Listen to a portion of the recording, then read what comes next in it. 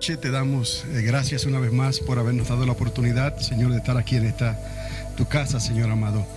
Mira qué bonito y qué bueno es, Señor, poder habitar juntos, Señor eterno, llenos de tu presencia y a tu disposición, Padre. Enséñanos a través de tu palabra y por medio de tu Espíritu Santo, Señor, venga a tu reino. Amén y amén. Bueno, les prometo en esta noche que al final de este segmento, si llegamos ahí, vamos a encontrar una declaración un poco controversial. Depende de cómo lo interpreten algunas personas, pero la declaración no va a ser una acusación, tampoco va a ser una conspiración religiosa, sino más bien una sospecha. Y ya cuando lleguemos ahí usted se dará cuenta. En esta noche lo que quiero hacer es repasar un poco sobre este mapa. Este mapa es de suma importancia porque este mapa contiene las fronteras y las regiones actualmente, históricamente hablando, de lo que compuso el famoso antiguo imperio romano. Y recuerde, de todos los imperios que han existido, 4 de ellos, los más importantes, si no contamos a Siria, que fue uno de los primeros, el antiguo imperio romano fue uno de los más grandes y brutales.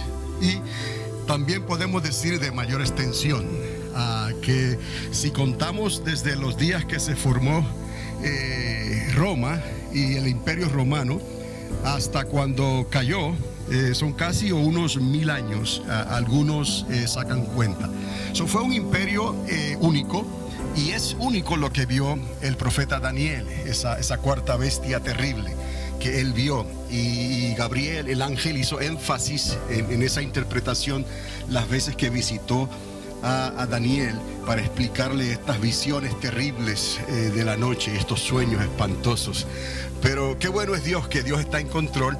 Y él selecciona, Él escoge como Él quiere. No se sorprenda usted a cómo Dios hace las cosas. Simplemente he aprendido a obedecerle a Dios. Obedezca a Dios y déjele el resultado al Señor. Si Él quiere mostrarle a alguien una cosa y a otro otra, y luego la suma de la palabra es la verdad, la suma de los sueños, la suma de las visiones muestran un retrato más claro. Es precisamente lo que Él hizo con las visiones y los sueños de Daniel, y luego con las visiones que Él le dio al apóstol Juan en la isla de Patmos.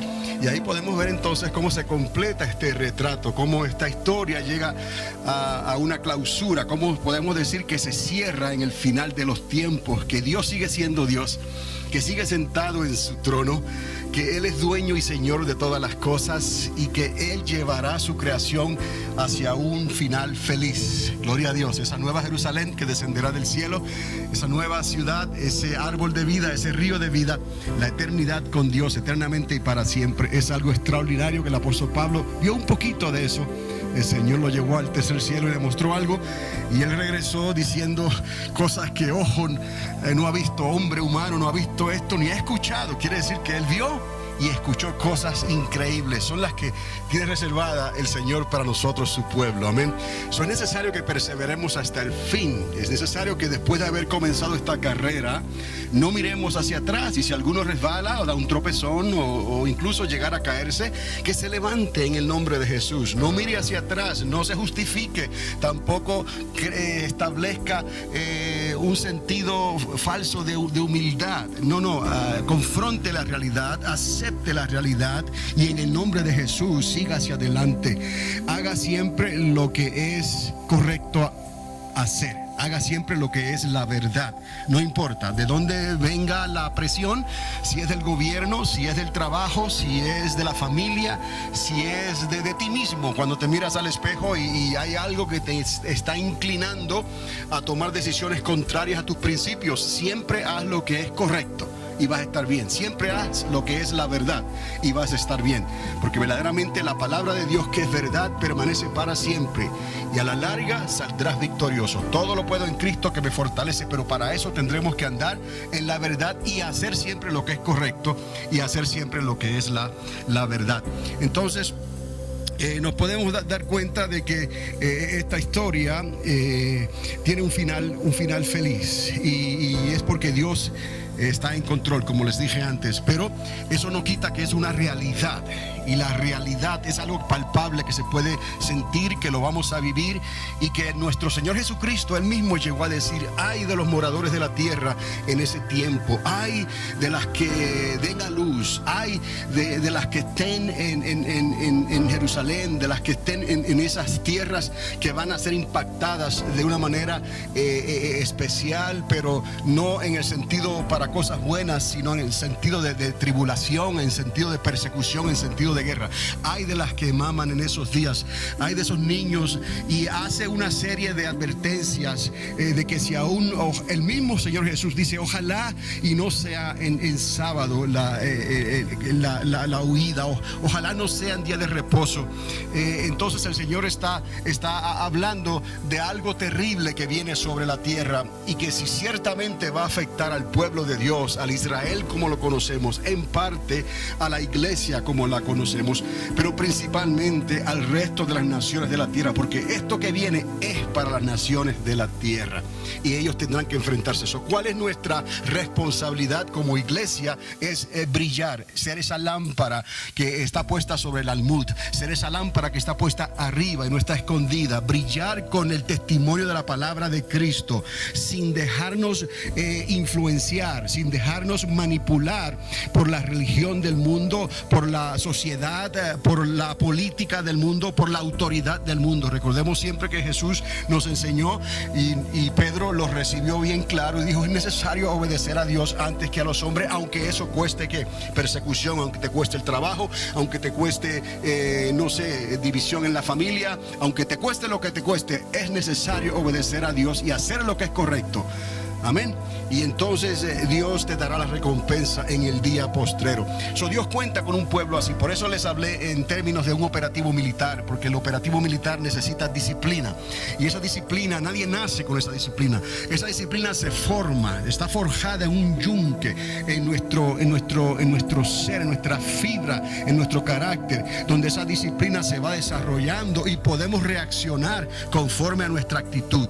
Entonces es lo que Dios ha ido preparando en su iglesia por medio del Espíritu Santo, con la palabra de Dios. Él ha ido formando esa disciplina dentro de nosotros para que podamos responder en la misma medida que respondieron aquellos discípulos en el principio de la historia del cristianismo, y estuvieron dispuestos aún a dar sus propias vidas. Eso es una cosa fácil decirla, y otra cosa es difícil es hacerla, pero por eso es que esa disciplina tiene que formarse en nosotros primeramente. Y crea, si llegara el momento, bajo la unción del Espíritu Santo, todo creyente lleno del Espíritu Santo no tendrá ningún problema en dar su vida por causa de Jesucristo y por causa del Evangelio, porque sabemos que será en un instante, en un abrir y cerrar de ojos. Será una transición así, de la vida a la muerte, pero en realidad esa muerte nos lleva al comienzo de la vida eterna con Cristo Jesús. Pero llegar ahí es algo que va a requerir disciplina, que va a requerir que podamos entender una convicción tan clara y tan real, que no tengamos la menor duda de lo que estamos haciendo, en quien hemos creído, y con la esperanza que a fin y a cuentas quizás ni tenemos que pasar por eso, que Dios nos puede guardar para que ocurra esa transformación, esa metamorfosis, ese arpazo que hemos hablado en un momento a la final trompeta, y entonces nos encuentre, como decimos, con las armas en las manos, pero listos para la batalla, con las botas puestas, con el uniforme puesto, con las armas que no son poderosas para destruir cosas humanas, sino poderosas para destrucción de fortalezas, como hablamos, porque estamos luchando con un enemigo que, esto no es carne ni sangre. Las armas que conocemos nosotros le hacen cosquillas al diablo, ¿no? Tenemos que utilizar armas poderosas en Cristo Jesús para la destrucción de fortalezas, y esa es la espada que sale de la boca de nuestro Señor Jesucristo. Es la palabra profética de Dios, la cual no cae en tierra ni retorna jamás vacía. Dios está preparando un operativo militar, tiene ya un ejército, y nos está disciplinando para que cuando llegue ese momento usted y yo sepamos qué hacer, qué decir, hacia dónde ir, y podremos aguantar levantar. Aunque nos torturen, no vamos a negar el nombre de Cristo Jesús. Si tuviéramos que morir bajo tortura, moriremos confesando el nombre de Jesucristo, y con eso le estaremos echando ascuas de fuego sobre la cabeza a aquellos que se han levantado contra los hijos y las hijas de Dios.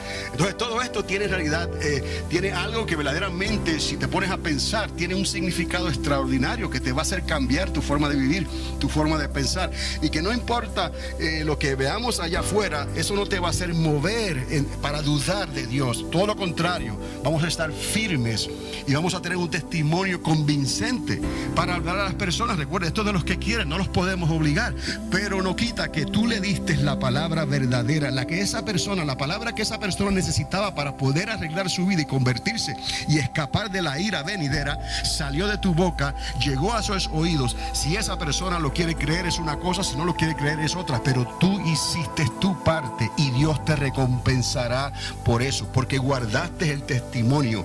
Por lo tanto, mire, Dios conoce también las personas que están más dispuestas a creer, porque Dios conoce todos los corazones.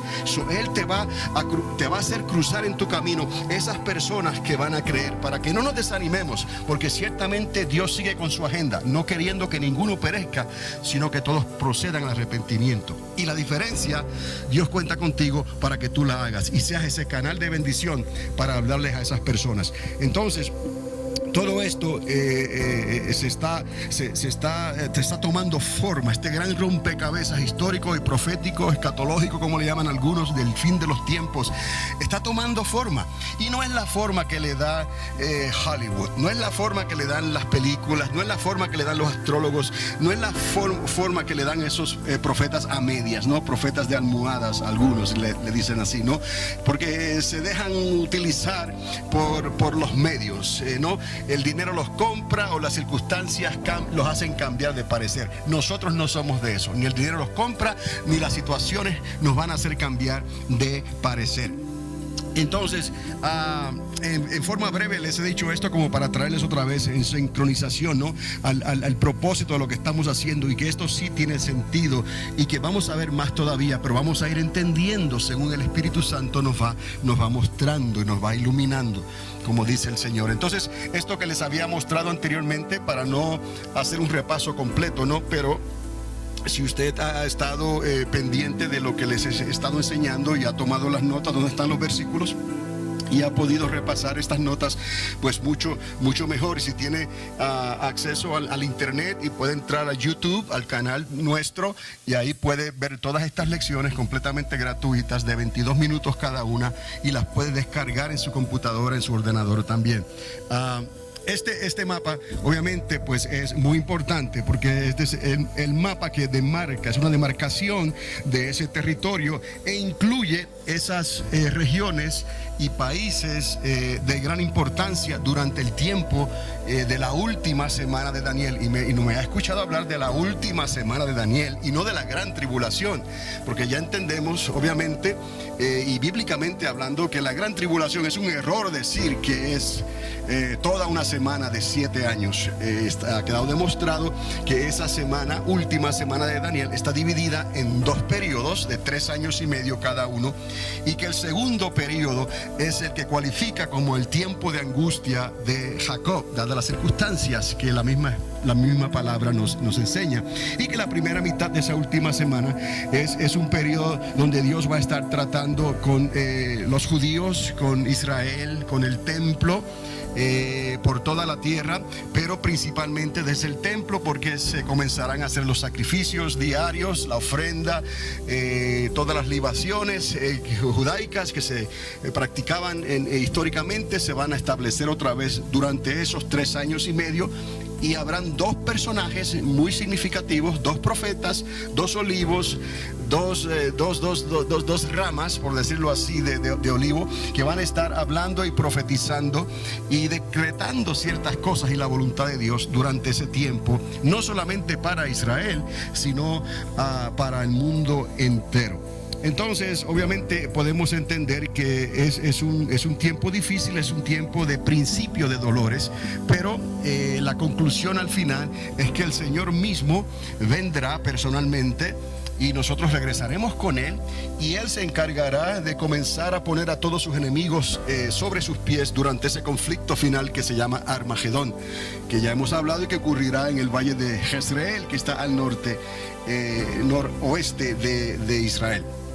Entonces les había enseñado aquí estas maniobras militares que posiblemente ocurran según los datos y la información que nos da la misma palabra, y que este lado de acá se conoce como el otro lado del Jordán desde el oriente, y este es el mar Mediterráneo, y se nos dice que Israel será atacada por todos lados, y no contra Israel personalmente, sino con el personaje enigmático, aquel rey Octavio, ese rey número 8 que vino a ser y será el anticristo, ese personaje utilizado por la serpiente antigua en compañía de ese falso profeta, que harán una trilogía satánica compuesta, ya hemos dicho, del dragón, el anticristo y el falso profeta. El dragón siendo la serpiente antigua, bestia también horrible en ese sentido, pero el anticristo siendo esa bestia que sale del abismo, que sale del mar, y el falso profeta siendo esa bestia, otra bestia que sale de la tierra. Y eso formará entonces ese gobierno que al final concluirá con un nuevo orden. Cuando ellos tratan lo que hay democráticamente hablando, como el profeta vio en aquella visión de aquel sueño, eran 10 dedos, barro mezclado con hierro. Esas alianzas eventualmente quebraron, por decirlo así. Ese sistema posiblemente económico y financiero quebró. Y entonces el anticristo y 10 de sus reyes leales entonces tomarán control, por decirlo así, y formarán lo que se llama un sistema de gobierno totalitario. Y durante ese tiempo entonces se levantarán globalmente de esa manera. Pero será cuando el Señor ponga entonces sus pies sobre el monte de los olivos, y obviamente tratarán de luchar contra el Cordero, y el Cordero los vencerá. Entonces así vamos más o menos entendiendo la conclusión, el comienzo de esta última semana, a mitad, la media hora, la transición de esos gobiernos, porque todo en la tierra lleva transición, pues no va a ser diferente. Recuerde que el diablo no viene con rabo y con alas y con garras. No, él sigue siendo diablo, viejo o como sea, sigue siendo el mismo diablo, y no viene por ahí con un rabo ni con garras ni nada de eso a espantar a la gente. Y esa primera bestia son gobiernos que se van a formar, esas cabezas son reyes. Esa segunda bestia son personajes, esos 2 cuernos son personajes también. Entonces vamos a ver seres humanos, líderes que van a influenciar a las masas, a las personas, y van a tratar de cambiar los tiempos y la ley. He ahí el gran temor y lo que va a ocurrir en esta tierra, porque van a tratar de quitar todo vestigio de lo que es divino, de lo que es Dios, y ellos querrán tomar el lugar de un Dios, por decirlo así. Entonces por eso es que es necesario que esto sea un trabajo coordinado entre el dragón como diablo y la serpiente, pero como reyes de la tierra, como personajes. Es esa bestia que sale del mar, y la otra bestia también como personajes. Estamos hablando de gobiernos de seres humanos, y no estamos hablando de fantasías ni de cosas de la imaginación. Todo ese simbolismo del libro de Apocalipsis tiene una explicación, y ya lo podemos comprobar con las explicaciones que se nos dieron en el libro del profeta Daniel, cómo eso trabajó, cómo eso demostró que vino un primer anticristo conocido como Antíoco Epífanes, y ese personaje fue un personaje real e hizo lo que hizo como un ser humano influenciado por un espíritu de anticristo que obviamente estaba siendo representado en la actitud de ese hombre, pero por influencia del mismo diablo. El Señor les reprenda. Entonces en esos sueños y visiones Dios muestra los diferentes gobiernos, su autoridad, su fuerza y su influencia, y Él utilizó elementos como el hierro y el barro y el bronce para describir en cierta manera esos gobiernos que estarían funcionando durante ese tiempo. Y este es el área donde eso ocurrió ya, y es el área donde va a ocurrir otra vez. No ha cambiado. Inglaterra sigue estando ahí, Alemania, Francia, España, el norte de África, Roma y todas esas regiones donde está Grecia y Turquía, la tierra de Palestina como la llaman, Israel, y obviamente Egipto, Siria, países significativos que tienen mucho que ver, y luego los países que están al este, Irán e Irak, que están al este de la tierra hermosa, Israel. Entonces, ya con esto, pues les he dado un poco de lo que habíamos estado hablando. Y vamos a continuar con un breve repaso aquí. No voy a pararme mucho, pero ahí están las notas que usted puede anotar directamente. Porque esa bestia que ocurre en Daniel capítulo 7, versos 7 y 8, es la misma cuarta bestia que ve Juan en la isla de Patmos. La única diferencia, ya les hablé, es que Daniel ve una cabeza con 10 cuernos. Juan ve una bestia con 7 cabezas, pero también con 10 cuernos. Estamos hablando del mismo espíritu de anticristo, del mismo personaje, de la misma trama de la serpiente antigua para tratar de usurpar el lugar de Dios y causarle daño a la creación y sobre todo al ser humano, que fuimos hechos a imagen y semejanza de Dios. Entonces vamos a ver ciertas similitudes aquí que nos pueden ayudar a entender este personaje enigmático, con qué características va a venir, con qué tácticas y logística, podemos decir, va a venir este hombre, porque tiene un parecido con las características de aquel primer emperador romano, el hijo adoptivo de Julio César, que vino a ser el primer emperador romano, y su nombre nos revela ciertas cualidades, porque en el libro de Apocalipsis aparecen ciertas palabras que nos conectan a ese personaje también que fungió como el primer emperador romano, aunque no fue él el anticristo. El anticristo vino a ser Antíoco Epífanes, pero este